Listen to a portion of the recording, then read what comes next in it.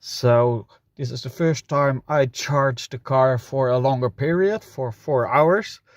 So it should be full after 3 hours. So let's see what kind of range I got now on the battery.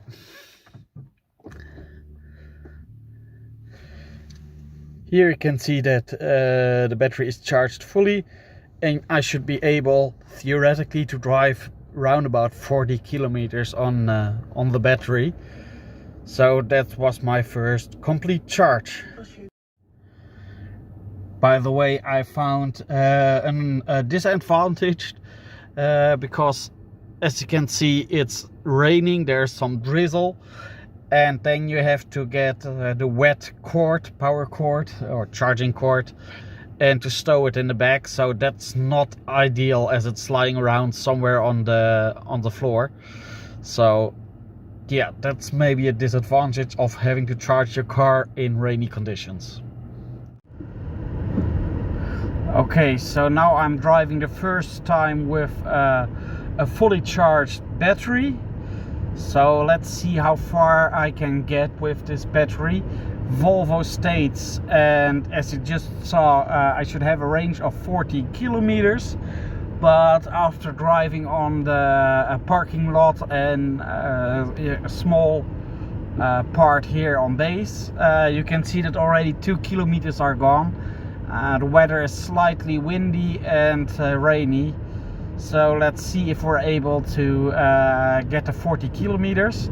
The next 25 kilometers of my journey will be on local roads, so 80 to 100 kilometers an hour, and after that it's just 200 kilometers of highway. So probably the battery will be drained on the highway, I guess.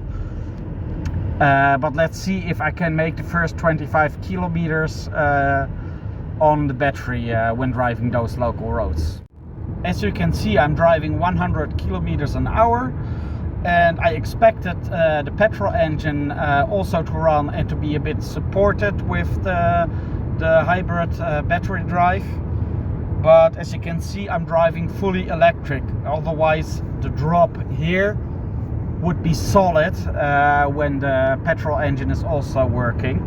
And you can see on the right hand corner here that I'm currently using no fuel at all.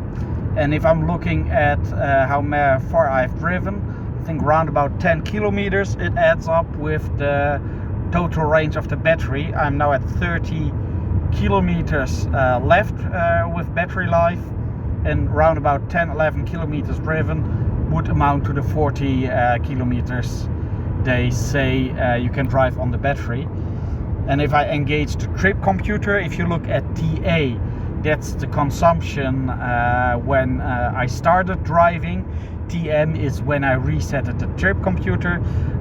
Somehow the petrol engine in a short period of time also worked, but it calculates an obviously nonsensical 1.1 liters on 100 kilometers fuel consumption. But of course, when I'm on the highway and also use the petrol engine, this 1.1 liter obviously will increase towards, well, whatever I'm using. Well, currently I'm driving on the highway, and after around about 27 kilometers I still have 14 kilometers left, and I have to say these 27 kilometers I was driving in full electric.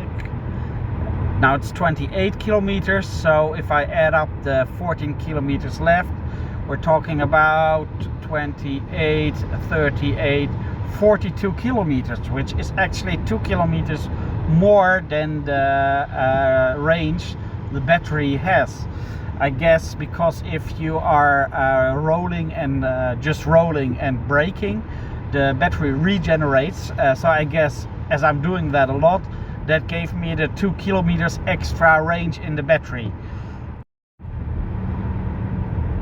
To give you an example, here you can see how the car is recharging the battery when rolling, and if I accelerate, it obviously stops recharging. Here it starts recharging again. And if I'm braking somewhat, you can see that there's more to be recharged. And as you can see now, as we're left with a quarter of the battery package full, the petrol engine also has engaged. But if I'm looking at the fuel consumption of around 3 liters on 100 kilometers, I guess it's really a hybrid mode of the petrol engine and the hybrid the batteries. So it's not completely on petrol engine at the moment. And to show you, I've been driving in hybrid mode this time. Well, this is something I certainly did not expect. I've driven for 40 kilometers now fully electric, and apart from just a clip where just for a short period of time the petrol engine also came on, you can see I'm back at full electric mode, but I still have 5 kilometers left, which basically would give it a range of 45 kilometers on the battery. Obviously obviously also due to the fact that the battery is recharging when you are braking and just letting the car roll. So that means doing slightly better than the manufacturer is stating, which is I think one of the firsts ever, regardless if it's an electric, petrol or diesel car, that you actually outperform the manufacturer specifications. And when looking at the average consumption, I'm still at 1.1 liters on 100 kilometers of petrol in this case. As you can see, I've driven 45 kilometers with this battery and it's almost empty. I have 1 kilometer left and it's, well, 1/8 of its full capacity. So I expect the combustion engine to engage any minute now. But I'm impressed to have done 45 kilometers on one battery, full battery pack. But it also reminds me of the fact, and there the petrol engine is on again.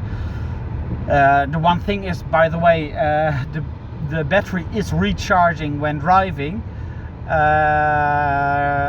but also it uses the combustion engine to recharge.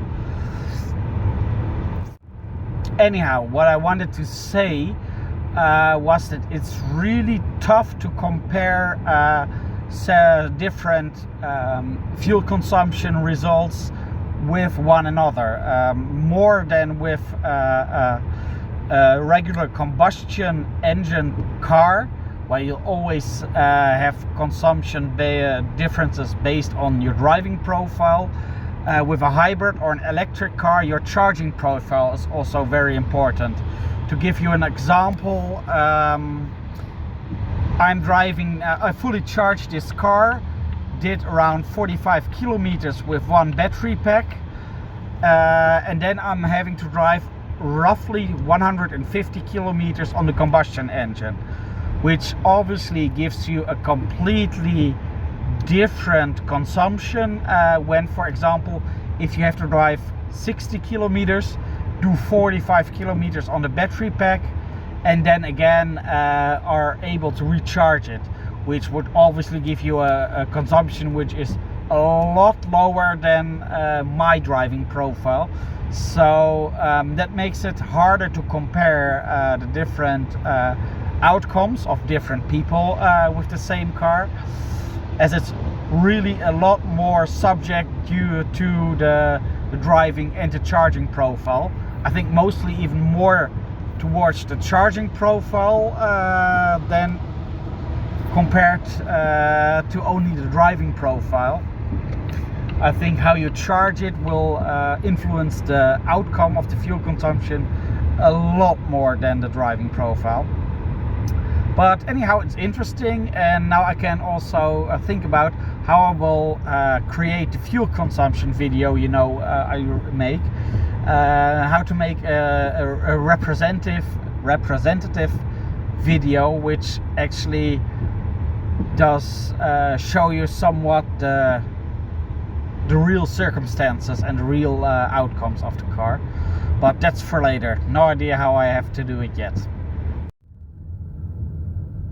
As you can see, the battery is completely empty, but it always recharges a bit when driving, so that gives me the opportunity to drive a relatively short distance, measured in hundreds of meters instead of kilometers, electrically again. And as you can see, the battery decreasing. The car in a few seconds will start using the petrol engine again.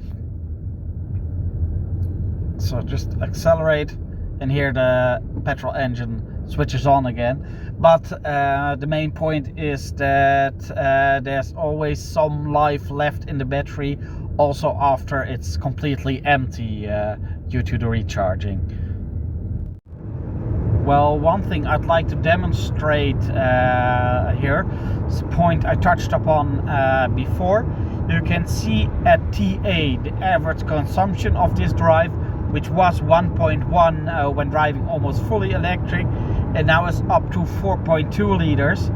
And of course, the longer I drive on the petrol engine, it will increase.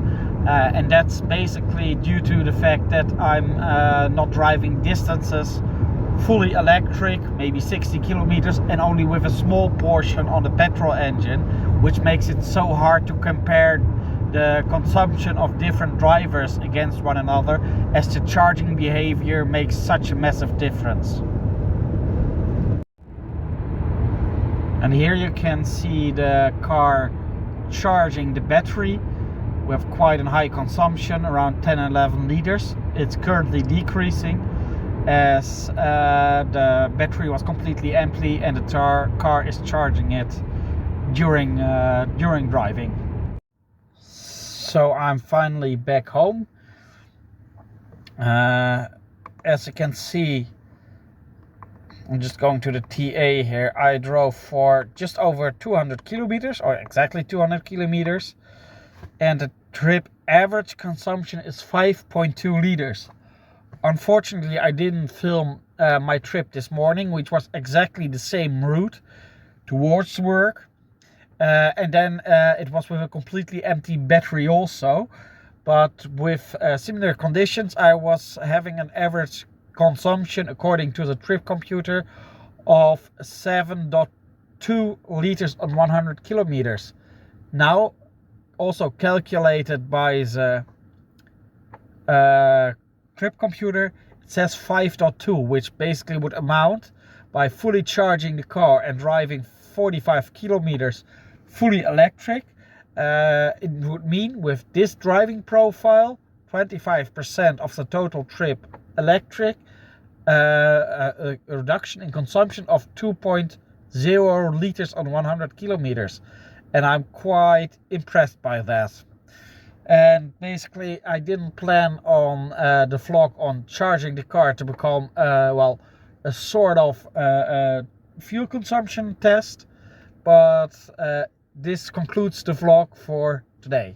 Thanks for watching, and don't forget to like and subscribe.